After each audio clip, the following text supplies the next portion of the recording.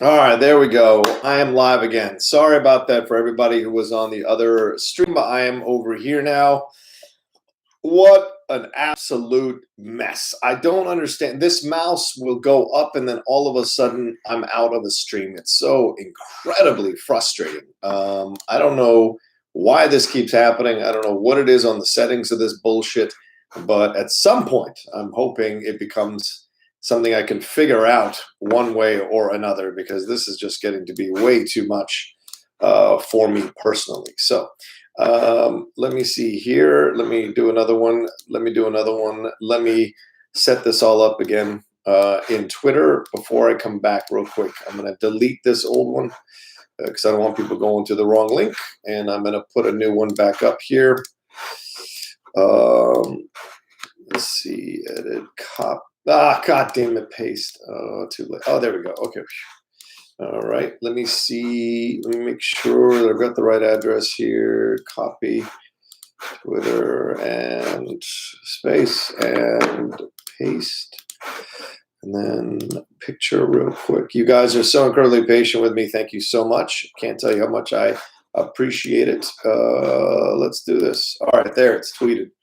Now hoping I don't have to worry about it anymore. All right, there we go. All right, good day again. Yes. I'm no longer touching that mouse. That mouse can go fuck itself to set up. This is how I'm going to get around that bullshit of this iMac and all the crap it's doing. But you guys know me. I don't quit. No matter, and we'll start this stream once and for all. Overall, I know some people complain that a couple of people have complained. Oh, you're never ready when it starts. Hey man, how can you factor in the nuttiness of I don't know, of technology? So all I can do is do my best. All right. Desk, stop shaking. Everybody's in.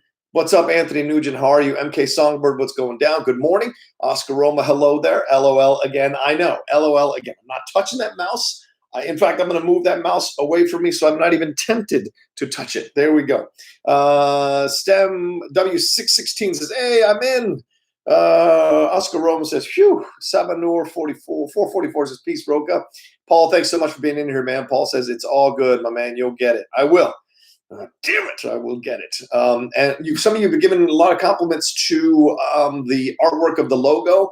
Shout out goes to Brian Ward for that and Jake Iacovetta, who both kind of, Brian worked on it a little bit, but Jake was the one who came in and kind of honed some things and got it squared away a little bit for Brian. So we're good to go on that end.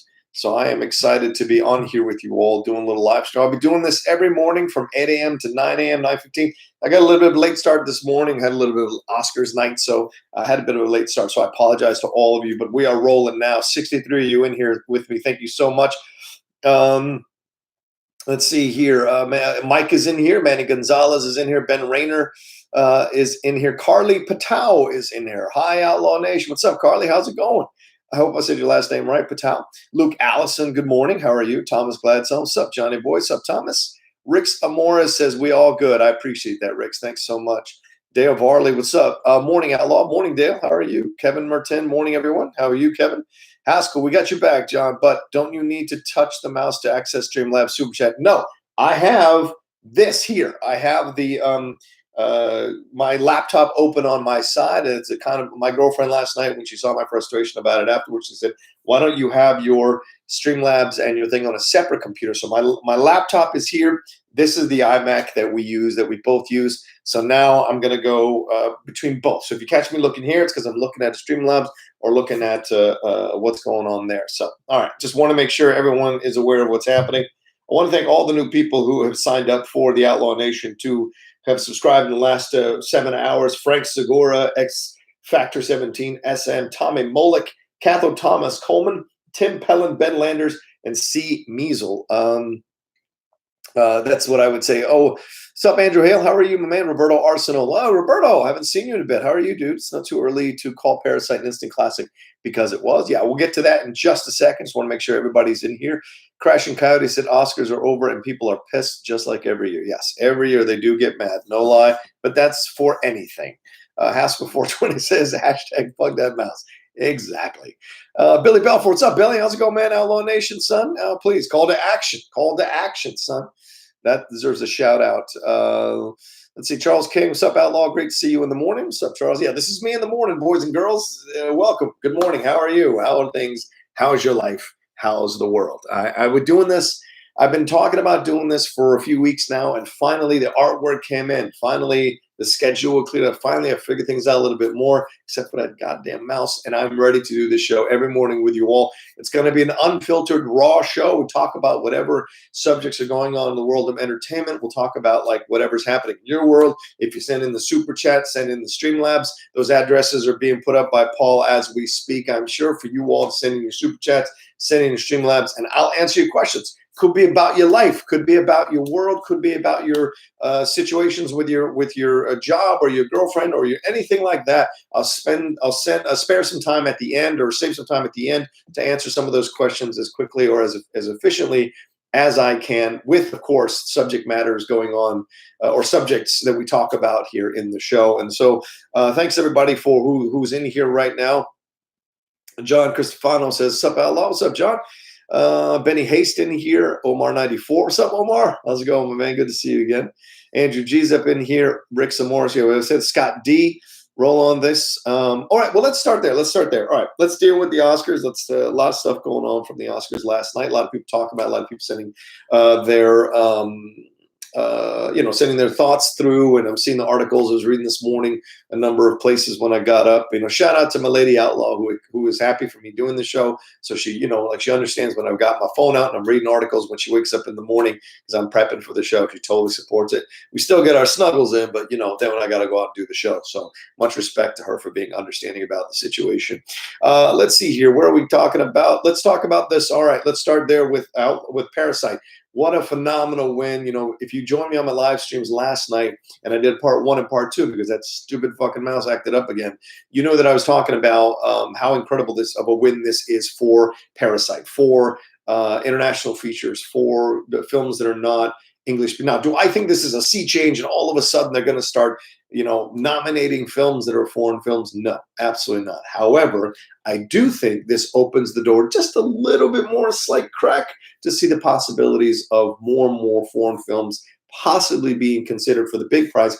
And the idea that it could win, that could also be the best foreign international feature and also the best picture, is a positive overall, because now that the Parasite has opened the doors on both, anything is possible. That being said, though, the reverse could be true, in that if the Academy Award voters now start to see that these foreign language films that are getting so much hype and so much press in the domestic here in Los Angeles and also across the world, think that film might win Best Picture, they might not vote for Best International Feature. I wouldn't be surprised if there were a few people who voted for Best International Feature because hoping it would win that at least, and then just enough voted for it for Paris for Best Picture. It'd be nice to see if we get those numbers someday from the Academy, put them out, let us know exactly how many people voted for what film and in what category. I think you don't have to have names, but I think having the numbers is important and effective for a lot of people overall. So I think that's essential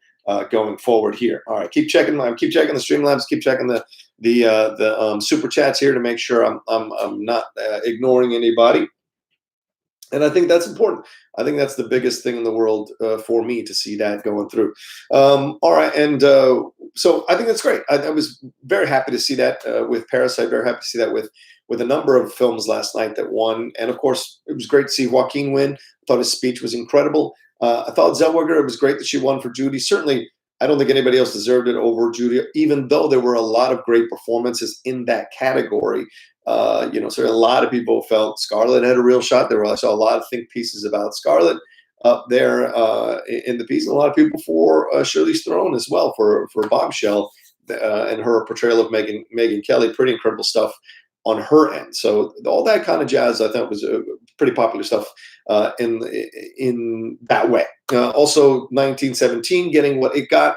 It was shocking not to see it win Best Picture. Of course, I certainly predicted that. Would have been nice to see that, but it didn't end up doing that overall. But I mean, Bong Joon-ho winning Best Director, that was really one of the biggest shocks, I think, of the night. I mean, this side of seeing Eminem coming back almost 20 years later to be on that Oscar stage singing the song, pretty incredible to see him I'm sorry, pretty incredible to see Bong Joon-ho winning that Best Director thing. A lot of people award. A lot of people didn't expect that to happen. Sam Mendes. A lot of people thought Sam Mendes would slide in there and take that thing. Maybe even Quentin Tarantino, because I'd heard some grumblings over the last few days before the Oscars that Hollywood loves a film about Hollywood and all that jazz. But I think this is a different Hollywood. If I can be a little more bolder, I think this is a different Hollywood. I think this is a Hollywood that understands that it can't just kiss its own ass all the time anymore, and that people are turning away from that kind of stuff. And I think that's important. I think that's actually very important.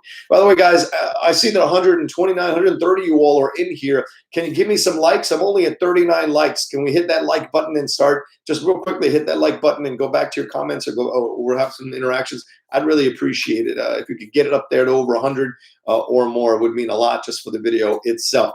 I'm keeping tabs on the Streamlabs here, keeping tags on the super chat here. Don't see anything coming through yet, so just going to keep talking about my subjects here. All right, pretty positive stuff there for Parasite, for Bong Joon-ho. I think it's his most complete film, so I think it's incredible that it won. I'm very happy that it won. It certainly deserved to win, and we'll see going forward what ends up happening for Bong Joon-ho, what his next project may be. If you guys do some social media surfing, you'll see that there's a video of Renee Zellweger and Bong Joon-ho at a bar, and there's like 6 Oscars stacked there, and they're having a great fun conversation, possibly because who knows, maybe he'll do a full-on American film. Wouldn't that be interesting? Cast people in American stuff. That would be fun to see as well. Could he do a full-on American movie? We certainly saw Chris Evans in Snowpiercer, so certainly he doesn't. It's like he doesn't have experience with American actors and American sensibilities. So you don't want a John Woo situation where he comes over and he tries to bring his style to the American market with American actors, or English-speaking actors, and it doesn't quite work. I think that was the biggest thing with John Woo, is he came over with his sensibility, but it didn't really work. I mean, people love Face Off, but for a cheesy reason, they love the cheesy joy of it. Or Hard Target, same thing, a little bit of cheesiness in there. But you can't argue that any of his American films rival anything he did on the other side of the pond with The Killers and The Killer and Hard Boiled. Those are those classic John Woo films that don't come close, or those other films from America don't come close to matching those John Woo films. So you hope if Bong Joon-ho does go to the English-speaking guy, the American side, that enough people will understand what he needs to do, and he'll understand what he needs to do to make it work and not have the sensibility of something else going on there. All right, let's see. Oh, we got some Streamlabs coming through here. Benny donated. He said, were you hoping for a greater tribute to Kirk Douglas? He's really on the Oscars. It's always a ratings and a time issue with the Oscars. So me personally, I didn't think we would get necessarily a bigger tribute to him, but I'm glad that he ended the in memoriam. And I saw that a lot of people were mad about the in memoriams, who were upset about the situation because they felt like, it wasn't the biggest, we didn't get to see a lot of people. We didn't get to see the same amount of people, that kind of stuff. So I understand that was what frustrated a lot of people overall, that we didn't get to Luke Perry and a couple other people, but and yes, they had been in films, and of course Luke Perry, Buffy the Vampire Slayer.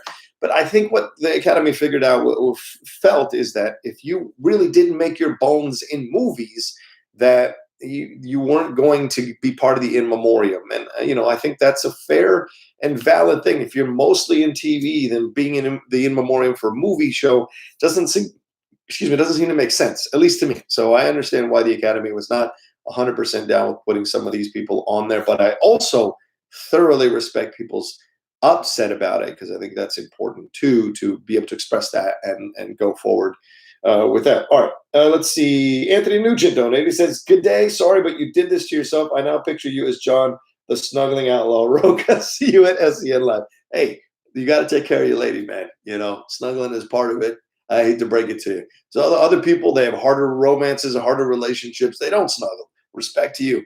But I like snuggling with my girl. I like us touching base with each other, because we're both so active and so busy in our worlds, and we're both independent creatures, that we get a little bit of time to spend together. When we do, it's good to kind of touch base. It's healthy for a relationship to touch base, touch physical base, touch emotional base, touch mental base with each other, so that you get filled up by that kind of support. both ways. She even popped in after my stream went dead and was like, "Babe, you're gonna get it. Have faith. You're gonna get it. You're gonna be fine." So those little words mean a lot.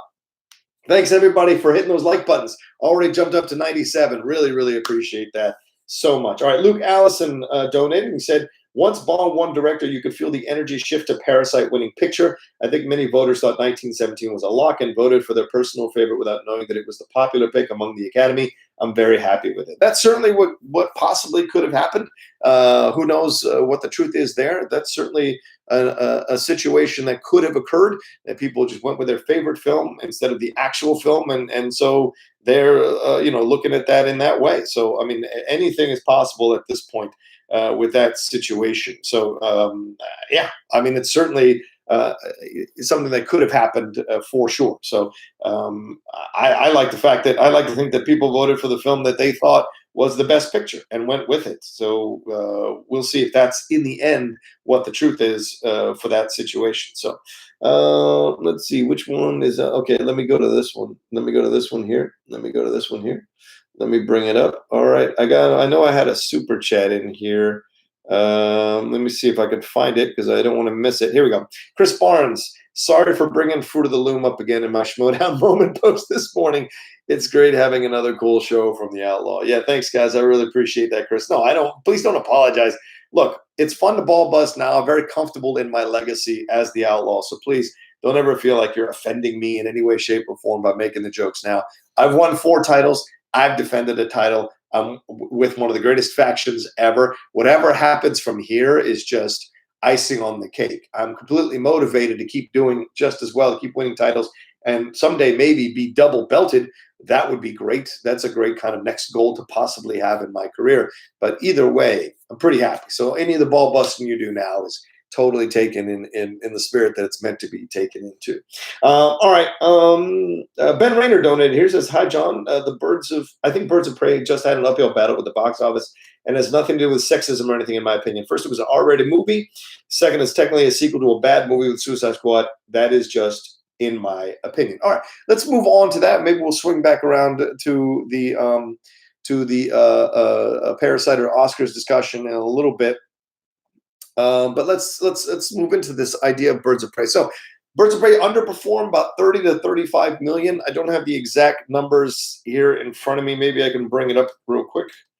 Let's see if I can bring it up.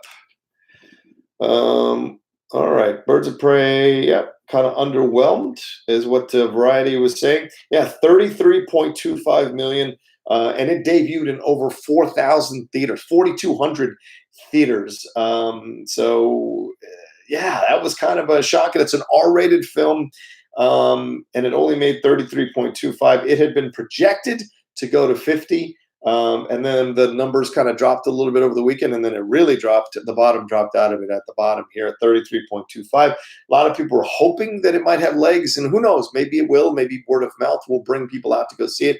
But I think there are a number of factors that you have to put into this situation. It isn't just one thing or another. It's not just the R rating. It's not just that it's a female-led superhero movie. It's not just that it's part of it's not just a sequel to a bad Suicide Squad movie.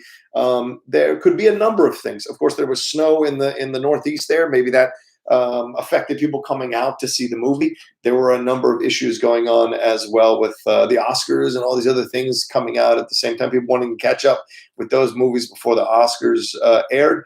I don't know, to be honest with you, what the real reason is, because I think it's a combo of all those factors. I think maybe people saw that it's just Margot Robbie and it's Mary Elizabeth Winstead and Rosie Perez and Journey Smollett-Bell, and not a lot of people. Those are not people that are going to put butts in seats necessarily. Yes, are all 3 of those actresses respected in our bubble of acting in Hollywood and whatever? Yes, absolutely. But does it translate to butts in seats? Clearly, it didn't.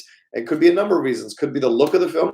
And I've heard there were people who were upset. Oh, thanks, PJ. PJ just sent in the super chat saying, crushing it, my friend. Proud of what you're doing. Thank you, PJ. Respect, my brother. What I will say is this: that's the thing that it seem to come down to for me, is this idea of there was a lot of factors involved. And one of the things I was just going to hit on is that some people and some fans and people on the internet were complaining that they felt some of the press junket, some of the answers, catering to or spending their money on a film like that. So I'm not going to fault that. If that's something that people feel uncomfortable about, you can't really blame them for it. Every one of us has the right to use our money as we see fit for the entertainment we want to watch. I personally recommend Birds of Prey. I'm going to be dropping my non-spoiler review later today. I kind of wanted to wait till the weekend and everything died down and kind of give my more laid back, relaxed thoughts on the film and let you know what I felt about it. Overall, though, I thought it was a good film. Do I have issues with some things that happened in the movie? Yes. Do I have issues with story? Do I have issues with it? It's just playful fun. So I don't know where the anger is coming from people. And this, I said this last night as well during my live stream. This idea that if men are the predominantly villains, if men are the villains that are predominant in the movie, it doesn't make it anti-man. Just like if women are the villains in a movie, predominantly the villains in a movie, just make it anti-women. So to me, that doesn't make any sense overall to look at it that way. And it's four women getting together, kicking ass, having some fun. My issues with the movie stem from the fact that the character development of the other actresses or the other characters isn't as strong as Harley's, and I think that's a detriment to the film. That's my overall feeling about the film, is that the trailers themselves, I might have said this on Movie Talk in a previous episode, I might have said that I thought it wasn't going to do well because the trailers didn't make it feel like it's doing well, that it could bomb, and wanted to do a 180 on my point of view that it was going to possibly bomb. It did great. So you look at the situation and you ask yourself, well, then what happened here? And I think the presentation, I think the trailers, I think people maybe, and I don't think there's a real possibility that Harley Quinn isn't as strong as people of a draw as people think. Like our comic book nerdy geeky bubble, maybe there isn't as strong of a pull for Harley Quinn to come be a part of this situation as we would think. So that's possible too. I'd love to see the numbers on the DC Universe Harley Quinn animated series versus what Young Justice, the last season of Young Justice did, or any animated series that's going on there in DC Universe. What are the numbers that it is pulling? So we love Harley Quinn, of course. We think she's a great character, and we think everyone else must feel that way too. But the truth is, Joker is a way more known property. Batman, a way more known. Ahsoka Tano film comes out and it doesn't blow the doors off the box office either. That's certainly possible. I'm a big fan of Ahsoka Tano. I would love to see Ahsoka Tano standalone film or live action film, absolutely. But don't be surprised if it doesn't make a lot of money because people don't know that character outside of our own nerdy geeky bubble. That's certainly a factor that has to be factored into any situation here with that. All right. Let's see. Ro Jimmy 21 says, John, hey John, had a day off. So glad to catch you live. Thank you for coming and join me live. So glad you had the day off to come catch me live. I appreciate it, my man. Thanks so much to all of you who are sending in fantastic characters or fantastic comments. I really appreciate it. Just wanted to touch base on the subject. Something Greg Alba told me. He said, if you're going to do this show, make sure you talk about your subjects that you say you're going to talk about because people appreciate that. Yes, they like the interaction, but they also like you to really talk about and give your opinion on the subjects that you say are in your title. So thank you all so much for joining me this morning and getting the likes up. Thank you so much. 123 likes. I love it. 135 of you in here. Please go and hit those likes as well. All right. I'll be honest with you. It was never on a basketball court because I wasn't the biggest fan of Kobe and the way he played ball. I think my favorite moment was Kobe's answer to Jimmy Kimmel when he asked him about, and he told a story about being with his daughter when people kept saying to him, hey man, when you gonna have a son and raise your kid to be just like you as a basketball player? And his daughter said, no, I got that covered, son. It's already covered. I really appreciated that story. I liked that story. And I think that's my favorite Kobe moment. Him winning the Oscar was fantastic as well for a lot of people. But I think that's my favorite Kobe because it showed this is a man who's changed from what he used to be, from what he was to what he is now, and had a bright future about where he wanted to go with his knowledge and his status and his connections in the world. And that man was headed for another multi-billion-dollar life, to be honest with you, but until the tragedy happened. So that's a shame. I would say that's my favorite Kobe moment, to be honest with you. Benny Doney said, I get that De Niro didn't play the game this time around, but his performance particularly in the scene where he called Hoffa's wife, was easily the best acting I saw all year. No issue with Joaquin winning, but for De Niro to not even get a nomination. Yeah, Benny, a lot of people were saying about that. I think the issue was that he is more of like the stabilizing force, whereas in years past, De Niro's characters in his other films is more of the antagonizing force, or the force that kind of pushes everything along. And in The Irishman, he's kind of brought along by Pesci. He's brought along by Harvey Keitel, and then a little bit by Pacino as well as Hoffa. So I think that's what kind of undercut his possible nomination. And what you mentioned here is a great point. This idea that he had really great moments in the film. Absolutely. I was watching some of the clips last night during the ceremony, and I thought to myself, I'd love to watch it again. So I may watch Irishman again some afternoon this week, or some evening this week, and see if it's any good. I know tonight I can't, because tonight I'm going to a screening of Invisible Man, Lee Winnell's Invisible Man. I'm looking forward to that one, seeing if it's any good. Some of you know I was on that set visit. So just one good performances within those scenes, but didn't really stand out. All right, Benny, thanks for the donation there. Jeffrey Lebowski. What's up, Lebowski? He says, Birds of Prey had the longest, confusing, and pretentious title name in history. Oh, good question. You know what? I mean, good statement. Let me look it up real quick. I know there's another one. Longest movie titles in history ever. Longest two movie titles of all time. Let's see. Let's see what Film Comment has. Okay. All right. The Magnificent Men and Their Flying Machines, or How I Flew from London to Paris in 25 hours and 11 minutes. Let's see. Yeah, interesting. All right. 8 movies with ridiculously long titles. Let's see. The Assassination of Jesse James by the coward Robert Ford. Certainly that's one that's in the conversation for long times. The Englishman Who Went Up the Hill and Came Down a Mountain. That's a long one as well. The Incredibly Strange Creatures Who Stopped Living and Became Mixed Up Zombies. All right, that's a big one. Borat, The Cultural Learnings of America for Make Benefit Glorious Nation of Kazakhstan. Dr. Strangelove, or How I Learned to Stop Worrying About and Love the Bomb. Don't Be a Menace to South Central While Drinking Your Juice in the Hood. Those Magnificent. Yeah, there you go. So there were some longer titles. I don't think the title had anything to do with the fact that it didn't do well. I think it was more a matter of the vibe that people got from the situation and what they felt wasn't 100% great. All right, let's hit some of these. You know what? I'm going to have a little bit of food while I look through some of these, so I hope you don't mind.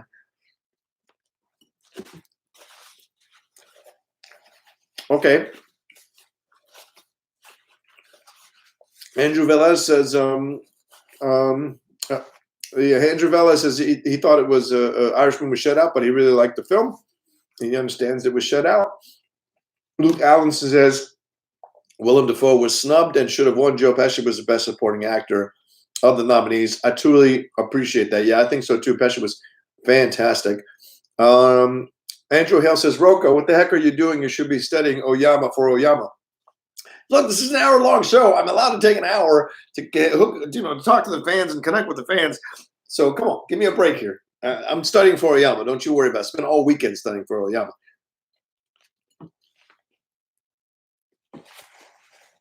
Andrew Valdez says, Rocha needs some Geek Guys help. Look, I got the blinds. Don't worry. Once I get those things up this week, then we're going to have a nice little situation, so don't sweat it. Franco, you in here? Yo, what's up, Timmy? How you doing, brother, man? Thank you for joining me. Sorry, I'm eating. This is my breakfast. It's not a bagel. It's an Italian roll that I put strawberry jelly and butter on. Yes, I still don't eat like a regular human being. I'll occasionally have eggs, that's for sure. Johnny Dutton says, love the show. Glad to see you're still doing what you love. Thank you, Johnny. Doing the best I can. I love doing this. I love talking to everybody. After this show, I got one more show debuting this week, and then we're set for the lineup for Outlaw Nation. You know, I love what I do, and January was a rough month, I'll be honest with you. You know, this is the Outlaw. This is Mornings with the Outlaw, so you're going to get the authentic Outlaw telling you the truth. January was a really tough month. A lot of panic attacks, a lot of nervousness, a lot of worries, anxiety. I guess anxiety, not really panic attacks. Attacks of anxiety. worried about what was going to happen, how I was going to go forward, and what I was going to do, and if anybody cared. Sometimes you can get caught up in this business thinking that if there's a logo on your back from another company, then you have value, and your opinion matters more than anyone else's. And so I was afraid that once they stripped the logo off my back, that you guys might not give a shit about what I have to say or my opinions or my point of view. But thank God I had someone like Christian really supporting me. Thank God I had someone like my girlfriend, the lady Outlaw, Lindley, giving me so many words of support, so many moments of belief. And thank God I had all of you who reached out to tell me how much you want me to continue doing this and talking with you all, communicating with you all, giving my points of views, breaking things down, analyzing things means a lot. Because in the past, I've been told by certain people higher up in the chain in a certain place that, you're only going to get so far. You're only going to go so far. People don't really care what you think. And, if you start to hear that kind of stuff and you start to see other people, you start to worry if that's what's happening to you. But I know what I've got. I know what I can bring you. And it took me a few weeks in January to figure it all out. Riley was able to roll with it and put up shows. Roxy just kind of roll with it. But I have a bigger plan of what I want to do. And so I had to kind of put things in motion step by step. So I really appreciate all of you coming through for me and being here, being on this stream. There was like 300 of you last night on the Oscars post Oscar stream, which I really appreciated until that stupid mouse messed shit up. So it's little learning curves that I've got to go, but the idea of doing more of these things is certainly in my purview. And I just got onto a new thing with Drew. Drew and I are going to do some new videos for Grit Daily. We're going to work on that. I'm going to host SEN Live later today, and then got a lunch meeting with a friend of mine who's a hosting coach and hosting manager. So we're going to have a nice little lunch. So things are just starting to move now in February more and more. And it's in large part to all of you and the incredible support you all have given me over the last few weeks, which thank you so much for doing that. Tim Franco says, we care, Rocha. Just keep on going, my friend. Good things will happen for you. Thank you. I appreciate that. Ben Landers, Rocha Breakfast Show. Literally, Rocha eating breakfast. Look, a man's got to live. A man has got to live.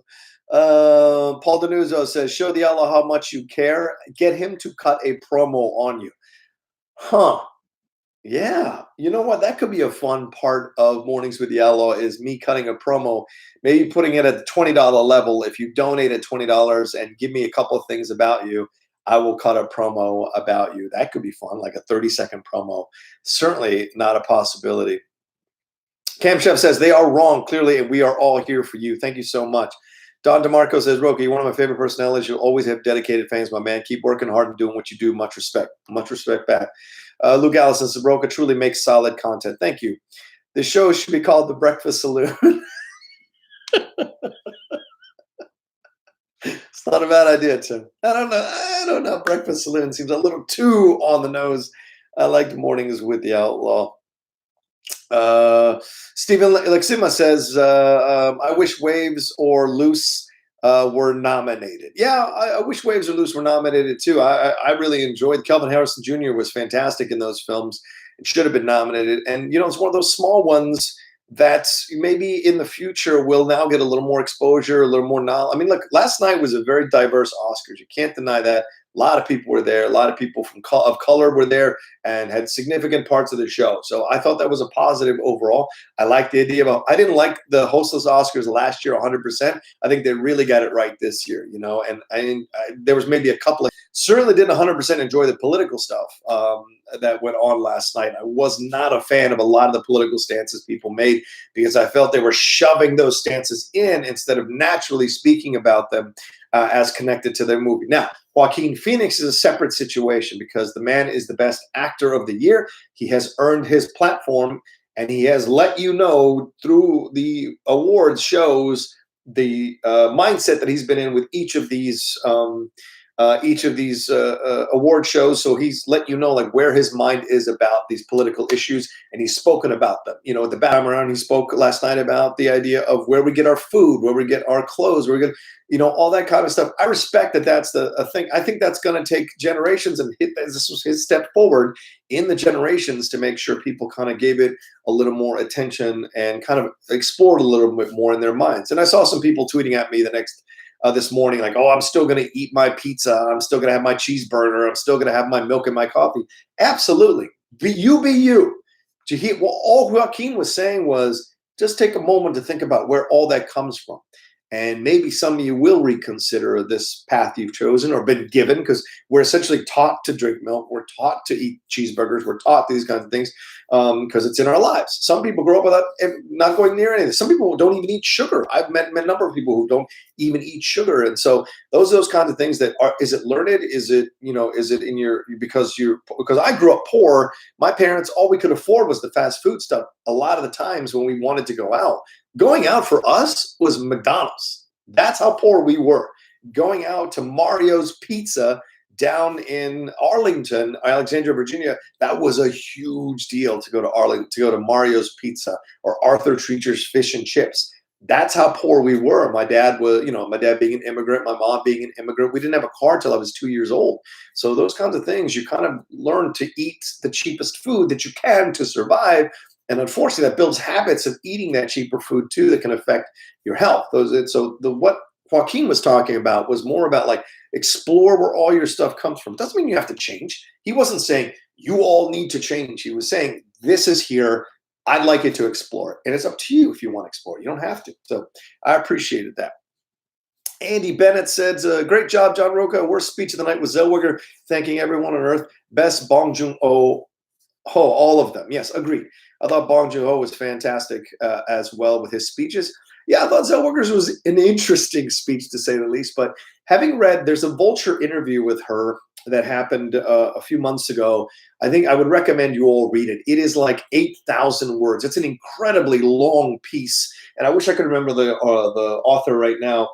Facebook page. I'll start putting some of these things up there. By the way, for those of you who don't know, I do have an Outlaw Nation Facebook page. That's been up for the last 2 or 3 years. Mike Shea is one of the moderators on it. He started the whole thing. We got about 1,300 people, a little bit more. So if you want to go and find that, please see what you all think about it. Let's see. I like that they threw Billy Belford says, I like that they threw Peanut Butter Falcon a bone by letting those guys present. Should have been nominated, but at least there was that. Absolutely. Shia LaBeouf and Zach Sagan getting to present. I thought that was a really cool thing to happen. I presented Zach Sagan at the I really loved Peanut Butter Falcon, and I thought those guys did a fantastic job directing the film, and I thought those two gentlemen did a fantastic job acting in the film, as well as Dakota Johnson. Really fantastic stuff. Andrew Vedez says they let Renee Zellweger talk for like 5 minutes. That's how it goes. When you're one of the top awards, you get a little more leniency from the director. That's usually how it works. You've earned your shot to speak about whatever you want to speak about for as long as you want to speak about. So they let her go for 5 minutes. That's how it goes. Let's see. Billy Belford's and rice and roni and instant mashed potatoes. To the people there, a beautiful city. I've been there a number of times. Not an easy city, but certainly a beautiful city to enjoy and visit and see things in. We got a few friends who still live there. Certainly a lot of great shows. Every time I go to NYC, it's a blast. So there we go. All right. Same here, John. Ed Haskell says, same here, John. Back when McDonald's hamburgers were 39 to 49 cents and cheeseburger for 10 cents more. That's right. Andrew Vela says, our nice restaurant was Sizzler. Yeah, Sizzler. We were basically the family from the slums of Beverly Hills. I appreciate that, man. I respect that. Vegan, yeah. I've tried vegan. Thunder God Cairo 77 says, I've tried vegan food. Not a fan at all. The difference in taste is just too noticeable. That's fine. There's that line in Rant, right? The jokes. Here comes what? MK Songbird. What did you say? Why was your message retracted, man? Did you say something wrong? You never say anything wrong. Jake Jacobetta says, can't lie. Those plant-based meatballs at Galaxy's Edge are dope for a vegan option. Are you vegan, Jake? Are you vegan, man? Let me know. Manny Gonzalez says, hey, John, great to see that you found your friend again. Chair. Yes. Yeah. Look, my chair. My chair. Yeah, dude, my chair. It was pretty awesome. I was walking through, I'm not going to say where I got it, but I was walking through some store buying something else, and I saw the chair. I mean, I froze. I saw the chair, and I was like, no, it can't be. And look, it's a pretty penny. It wasn't a cheap chair. Let me just say that right now. But, I booked some voiceover things, so I had a little bit of extra money, and I was like, it's my chair. It's what people know. It's comfortable. I love it. And I had to build a chair from scratch. And so there was a special joy. There's double agents or whatever. I am loving the show. It is so good, so good. We did a Geek Buddies review of it. If you haven't gone to the Geek, thanks. By the way, thanks to everybody who's been downloading the Geek Buddies episodes on YouTube. Really means a lot. That show is kind of succeeding. I'm very, very proud of it to see it doing well on the YouTube channel. We put the second one up yesterday that had our Oscars predictions, and we talk about the Super Bowl trailers, the Disney Plus trailer, the Spiral trailer, and then Tarantino's comments about him wanting to do more stuff with Rick Dalton, DiCaprio's Rick Dalton. So that's on there too. So yeah, anyway, I saw the chair. I had to build it, and I'm so happy I have it. It means a lot to me here. Oh, sorry, guys. All right, let's see. Anthony Nugent, oh my God. Oh, Anthony, thank you so much. Anthony, dude, thank you, man. Thank you. Wow, what an incredible donation. He said, who needs a corporate logo? Here's another blah, blah, blah for the Great Outlaw logo. That's all you need, man. Thank you so much, Anthony. It means a lot, my man. Thank you. Luke Allison said, want to give any previews of upcoming Cinephiles episodes? That podcast is appointment listing for me. Yeah, thank you so much. I appreciate that, Luke. Yeah, the Cinephiles is another podcast I host with my Steve Morris, my friend Steve Morris. He's director and filmmaker here in town. We've been doing it for, I don't know, 3 years now. It's kind of crazy to think how many episodes we've done already. But yeah, we've been doing it for quite some time, and we just finished doing our month of Kurosawa. So if you're a big fan of Akira Kurosawa, we did Seven Samurai, we did a Yojimbo commentary track, and then we also did an episode where we talked about the director himself. We just are in the midst of doing Monty Python's Life of Brian in honor of Terry Jones's passing. We did the first part last Friday. Second part's coming up this Friday. And then we're lining up Raiders of the Lost Ark. We're lining up Indiana Jones and the Last Crusade. And we're lining up, or revisiting Raiders of the Lost Ark. That was our first episode of Cinephiles. We thought it might be great to go back in time, go back and redo Raiders of the Lost Ark in our current format. Because our first episode, you can clearly tell that we're still figuring out what the format is. But we wanted to kind of revisit that one. A lot of people have been asking us to revisit that one as well. Inception is on the docket. The Insider is on the docket with Jeff Snyder. So those are those kinds of things that are coming up from the Cinephiles. So if you haven't subscribed to the Cinephiles, please go do that on your podcast stuff. Let's see. Paul, have any of you tried? Okay. Oh, yeah, the Princess Pizza. That's over here. I got to go try that place out. Maybe tomorrow for lunch I'll roll over there and have that Princess Pizza. Johnny Dutton says, early prediction, Spider-Man will be in Doctor Strange. He will be sent to the Venomverse, and I bet Tobey Maguire makes an appearance. Yeah, a lot of rumors going around about multiple Spider-Mans in that Doctor Strange film. We'll see if it happens. All right, I'm going to have a little bit more food. I'm sorry. I'm going to have just a little bite. Just a little bite.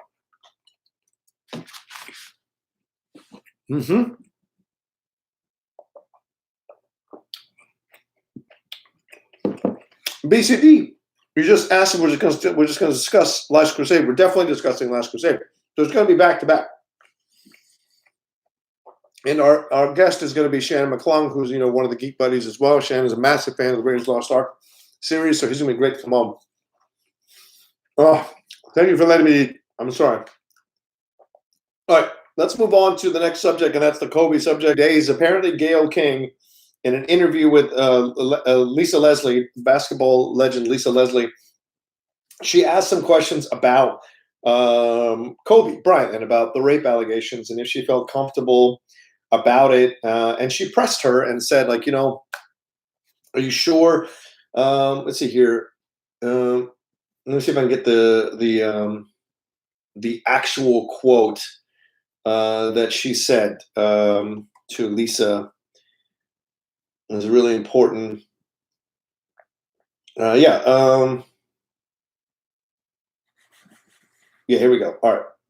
Yeah. So she said, it's been said that his legacy is complicated because of a sexual assault charge, which was dismissed in 2003, 2004. Is it complicated for you as a woman, as a WNBA player? Lisa Leslie responded, it's not complicated for me at all. Even if there's a few times that we've been at a club at the same time, Kobe's not the kind of guy. Never been like, let Lisa go get that girl or tell her or send her. That's just not the person that I know. Gayle King pushed back and said, but Lisa, you wouldn't see it though, as his friend, you wouldn't see it. And Lisa Leslie trying to, because Lisa Leslie is a really good person. She said, and that's possible. I just don't believe that. And I'm not saying things don't happen. I just don't believe that things that things didn't happen with force. And then Gayle pushed back and said, is it even a fair question to talk about it considering he's no longer with us and then it was resolved? Or is it really part of his history? See, that was the way of her like walking it back a little bit. Lisa Leslie said, I think that the media should be more respectful at this time. If you had questions about it, you've had many years to ask him that. I don't think it's something that we should keep hanging over his legacy. I think that's how we should leave it.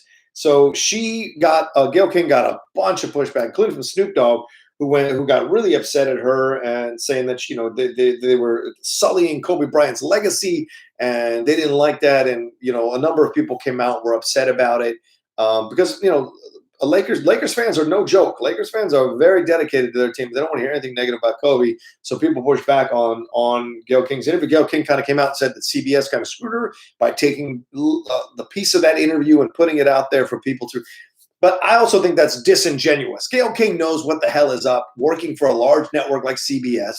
You know what the deal is. They're going to look, I worked for a way smaller company, and I know that they hunted for clicks. They were hunting for clicks and likes and views. And the way you do that is sensationalism. And so if Gayle King thought working for CBS that somehow they weren't going to be sensational or take a sensational excerpt out of her interview to try to get people to watch the interview, you're insane. Every network's been doing that for years. ABC does that all the time with their shows. 60 Minutes does it all the time with their shows over there on CBS. NBC with Dateline.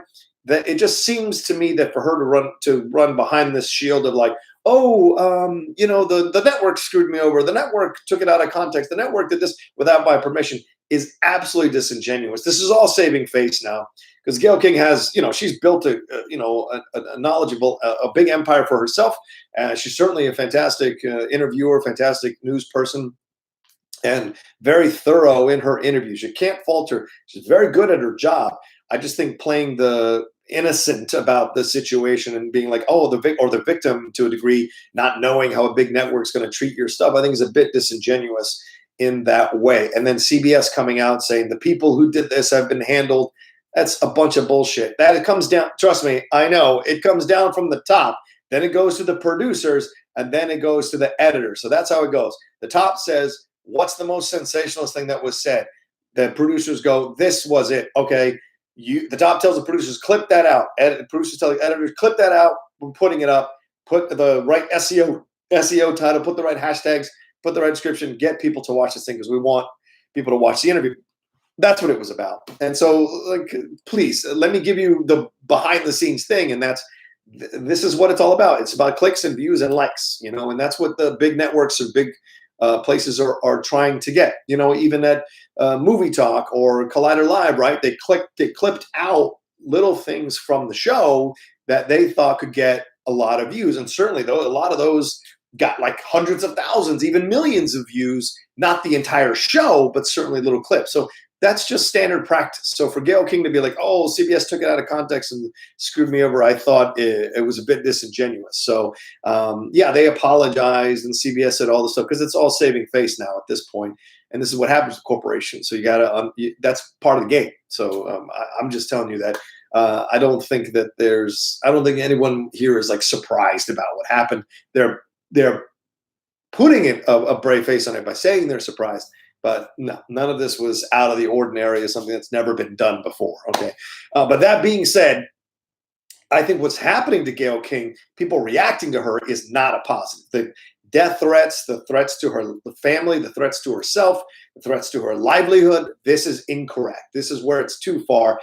She has a right as a journalist to ask these questions. And it wasn't like they didn't grab Lisa Leslie off the street the day Kobe died or the hour Kobe passed away and ask her these questions. No, it was much later, days later, and a good journalist is going to ask those questions.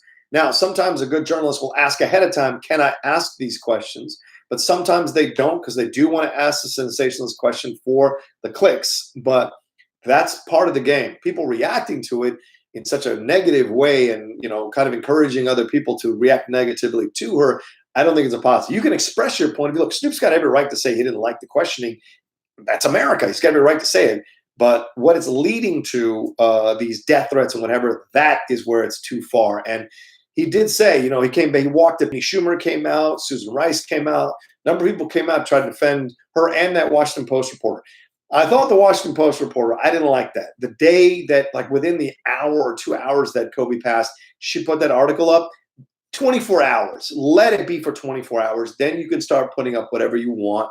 I thought that was not correct. Whatever your axe is to grind, I think you can wait 24 hours to do that. Let people grieve who want to grieve. They have a right to their grief. But you trying to sully their grief with your points of views or your stand that you need to make, I thought was incorrect. So waiting the 24 hours, post whatever you want. That's why I say the Gayle King interview was days later, and I think that's fair for her to ask these questions of a prominent female athlete and a prominent female coach as well. She has recently won the Big Three championship. I thought that was fair.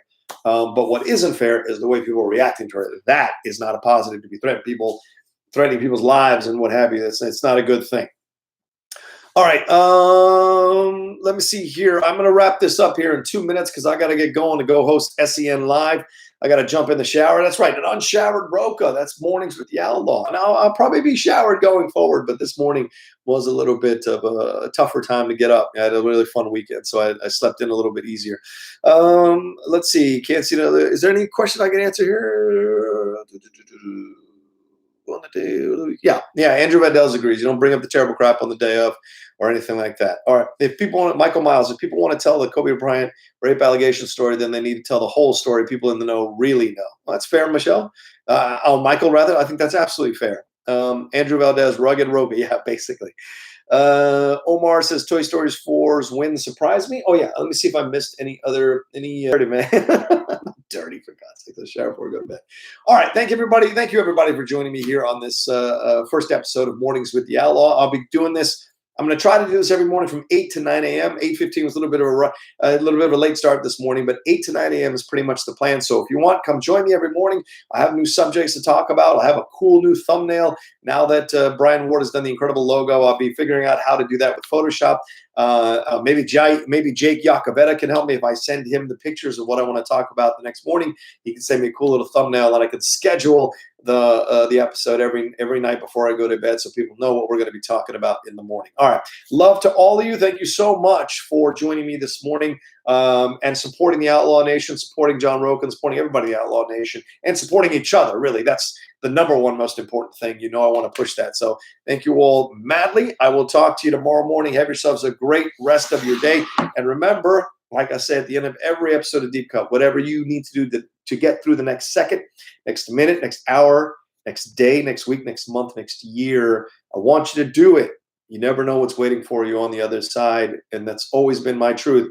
And certainly during the month of January, it was tested. It was certainly tested, but I'm back. I'm ready. I'm focused. I'm driving forward here in February, and I thank you all so much for coming along with me. All right, we'll talk to you next time on the Mornings with the Outlaw. And if you're going to head over to SCN Live, I'll see you in about 45 minutes.